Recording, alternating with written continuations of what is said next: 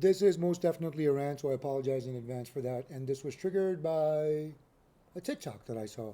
And in that TikTok, an individual stated that, you know what, we should all be blessed to be in America. You know, it's the greatest country. You can tell by the fact, look at how the Japanese and the Europeans are reacting to the things they see in America. And I'm like, well, yeah. And I made a comment. And the comment was, yeah, America is an amazing country to vacation in. It truly is. You can go from the big city to the beach to the desert to the mountains. All you can experience different cultures, different foods, all of it in one country, right? It is amazing.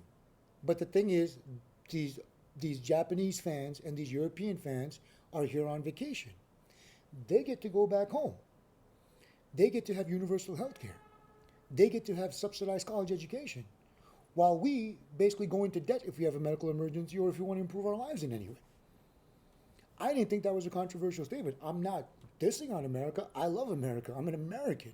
But I understand that it's fundamentally flawed in the way it treats its people, which I thought was, a really just normal statement. Um, the responses were kind of hilarious because they're like, "Oh, you guys want everything for free, free." One guy was like, "Free, free, free." Another guy was like, "Man, nothing is free." Like, who the hell said anything about free?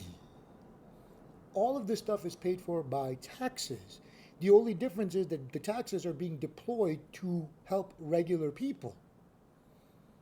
That's the thing that I'm asking for. Right? I say this stuff and everybody's like, "Oh, you're a communist or you're a socialist." I'm like, "No, I'm a capitalist who understands what the engine of capitalism is." What is the engine of capitalism? It's people. People are the producers, people are the consumers. The people set the market. The vaunted invisible hand is people and what they do and how they respond.